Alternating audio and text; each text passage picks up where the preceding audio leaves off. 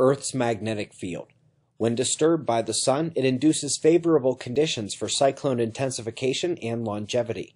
Years of consistent geomagnetic forcing observations on tropical storms now have an excellent mechanistic explanation.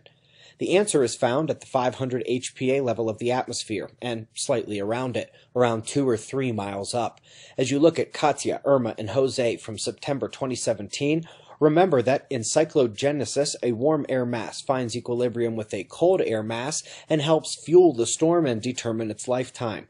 This storm engine is strong at this level of the atmosphere. Now, hold that thought as we come down to ground level. All low-pressure cells suck surface air into the vortex, as you can see by the wind vectors coming in there. Once you get up into the clouds, however, the patterns begin to change. The flow is of the same basic pattern, but we do see far less of an intrusion into the vortex.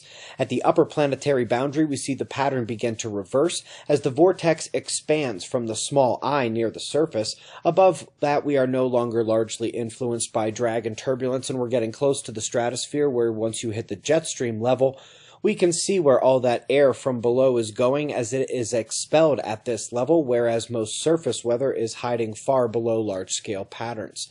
On this temperature map in the upper layer, that is why it's warmer in the middle of the cells. The air just came from the warmer surface. Now that we understand the layers of the largest storms on Earth, let's come back to the new discovery.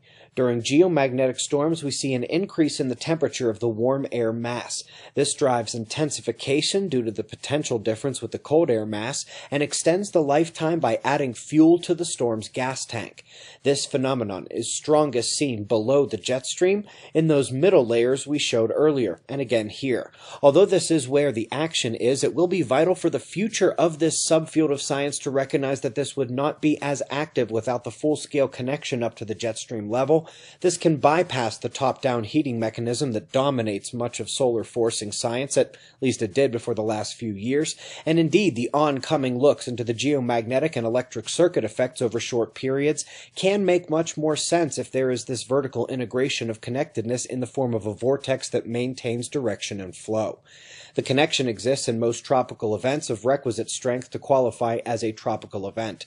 And this is why this is so important. It is a perfectly reasonable and mathematically sound mechanistic explanation for the years of consistent geomagnetic forcing observations on tropical storms. Without question, the mainstream should begin to be watching and waiting for enough data, and perhaps this will end up resulting in a great revelation. However, the temporal correlation implied by this work has been documented for years already, and we're about to show it to you here as you watch the background information from previous videos. The big news is that now we understand why this pattern is one that we are seeing. Like how during the relentless 6-day geomagnetic storm, Hurricane Ophelia became the strongest East Atlantic hurricane on record just a little bit earlier this month. The only question now is, has this ever happened before?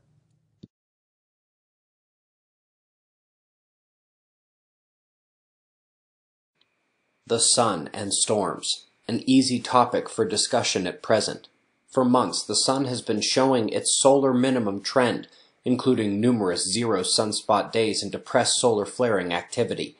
Then, after the sunspots began appearing again in mid-August 2017, they surged to life as September turned and released numerous X-class solar flares and solar wind shock waves called CMEs.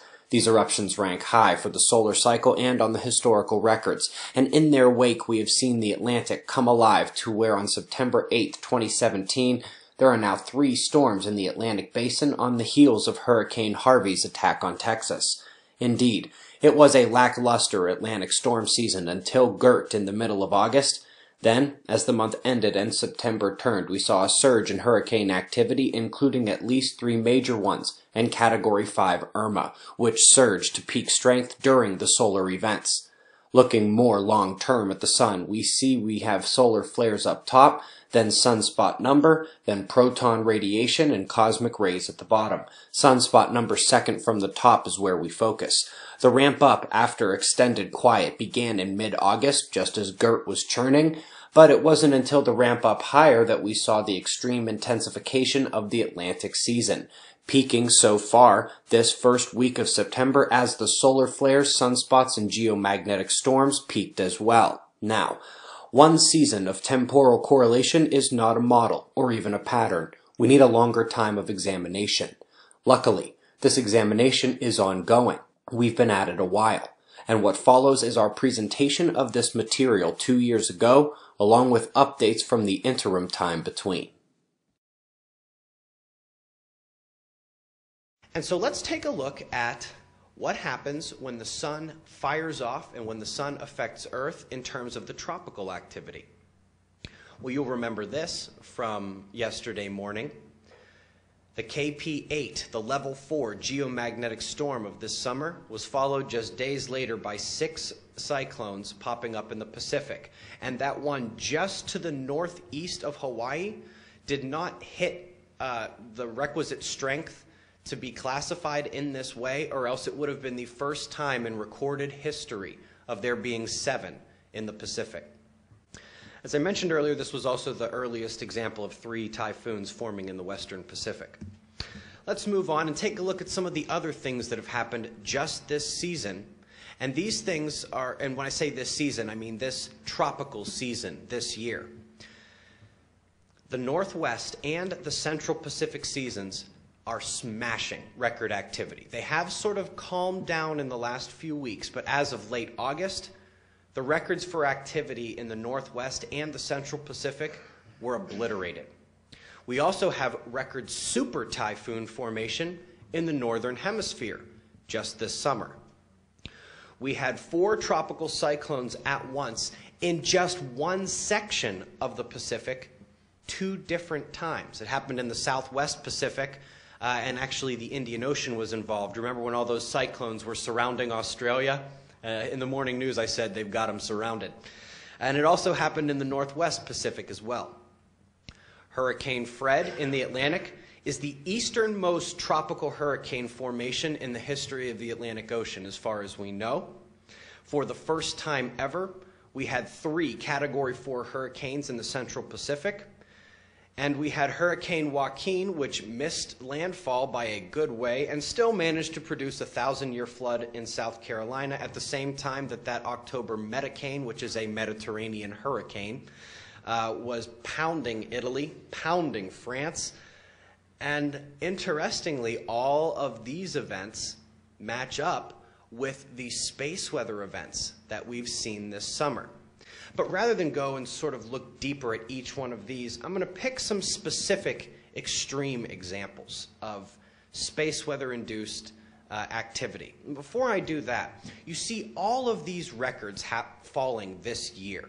And on this list, it's not even the occurrence of those 6 Pacific cyclones at one time. Any 1 or 2 of these things happening in a season really isn't that big of a deal. But when you get all of these things happening in one season, you kind of have to start to pay attention and say, well, this season is not really what we're used to. And so you might ask the question, well, hey, isn't this the effect of global warming we're seeing? Or isn't this the effect of El Nino? This is the kind of thing we would expect. Well, if the tropical events were sort of just randomly dispersed across the time frame, you might be able to say, yes, this is global warming. Yes, this is El Nino. But when these things so clearly match a space weather-induced disaster scenario, you might want to start to think that maybe Earth's magnetic shield is not doing so well, and this is having effects on things that affect us like the weather. So, we had the 6 tropical cyclones in the Pacific. That was the KP8 in late June of 2015. October 1, remember we talked about this, the kill shot misses. That was when Hurricane Joaquin formed, and we had the Metacane over in the Mediterranean. In 2013, we had an X-class flare and magnetic crochet, very rare event. This is when the solar flare is so powerful that strong electric currents actually get surged through Earth's atmosphere. Now, this happens when the CME impacts Earth. The auroral electrojet starts firing up with the northern lights, and that induces currents. To have it from the flare itself is very rare. We call that a magnetic crochet. It hasn't happened but for a handful of examples. And just days later, we have Typhoon Haiyan. Now, when you talk about the typhoon records that are the big boys, you know, strongest storm, lowest pressure, fastest winds, largest area. Every single one of those big-time typhoon records are held by either Haiyan or Typhoon Tip, which occurred in October at the exact peak of sunspot activity back in 1979. And although we don't know what the flaring was like, we have some idea of what the auroras were like, we can say definitively that for the year 1979, statistically, the greatest chances for significant space weather occurred at the exact time Typhoon Tip formed. So, can you guys all see the timestamp down there? Is that sticking out to you guys at all? So we had very, very quiet space weather actually for days and days and days. And then, all of a sudden, the sun woke up like crazy. A ton of CMEs. Now, none of them were coming at Earth, but these were the type of tight, coiled CMEs that you often see really perturbing the inner heliosphere. And of course, this occurred, as I heard somebody say, exactly at the start of Hurricane Katrina. And it ended right about the time it hit its peak strength. The last time we had an X10 solar flare or higher was just a few days after that event that caused Katrina, and that was an X17. And the mid-month storm outbreak was the very last time before this summer that we had 5 Pacific cyclones at the exact same time, a very significant outbreak. The last time we had a near major solar flare was an X9 in 2006. We had the Hanukkah Eve cyclone strike Washington. If anybody's familiar with that, it was one of the strongest storms to ever hit the state of Washington. And to set a rain record in Seattle is no small feat, I have to tell you. Interestingly, that sort of very odd track that Hanukkah Eve storm took is very similar to Oho, which formed at the exact same time as Joaquin and the Metacane. And this is what Dr. Uyen mentioned, and it took a track that was very, very similar to the Hanukkah Eve storm. It hit the Canadian coastline a bit further north, but it's very interesting to see 2 very rare storms, and this late in the season, you don't see a Pacific hurricane swing up and go at BC like that, British Columbia. And we've seen it twice immediately after significant solar events. Hurricane Sandy. This was about the only solar uptick for about a month before or after Hurricane Sandy.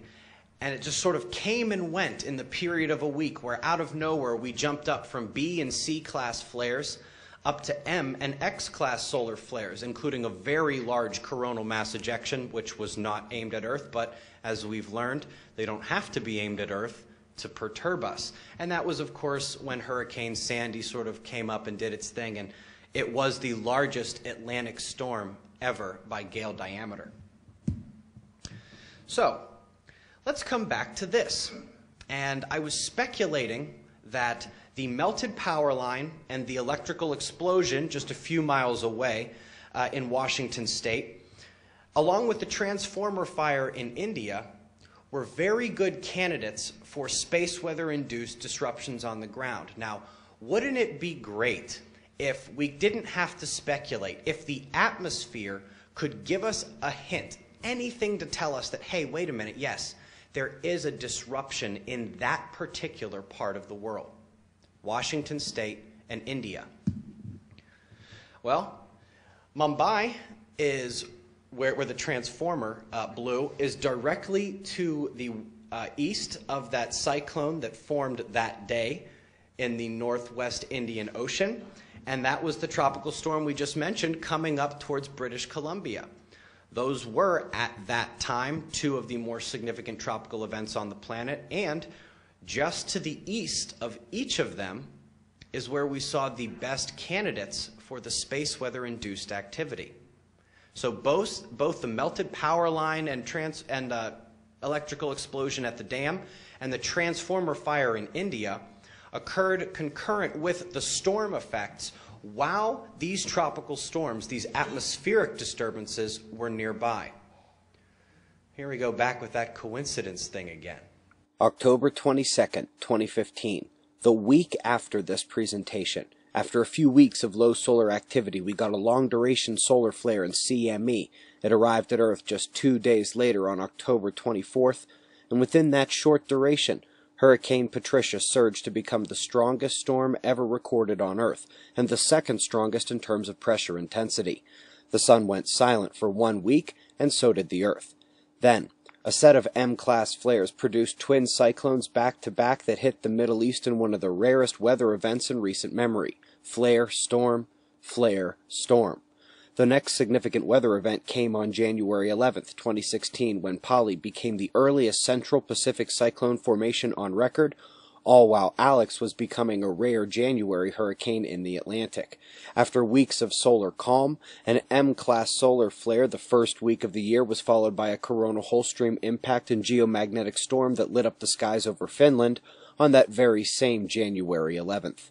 We waited a month for the sun to get active again, but it did so February 18th, just as auroras broke out across the polar region due to a coronal hole stream in the solar wind, and the sun kept firing. Within 24 hours of the solar uptick in Earth effects, Cyclone Winston became the strongest cyclone to make landfall in the recorded history of the South Pacific Basin. March was quiet. April was too, until out of nowhere an M6 solar flare erupted on April 18th, the largest of 2016, and caused a radio blackout at Earth. Within 24 hours, Cyclone Fantala was the strongest storm in the history of the Indian Ocean. That makes the strongest storm in the East Pacific, which is the strongest on record worldwide, the strongest to make landfall in the South Pacific, and the strongest in the Indian Ocean all since late October 2015, and the last two coming just here in 2016, and all during significant solar events. There were many more examples, including during the last level 4 geomagnetic storm in June 2015. Records fell for fastest-paced and record-breaking storm seasons, and major storms occurred out of season and in unusual locations, all in the last 12 months.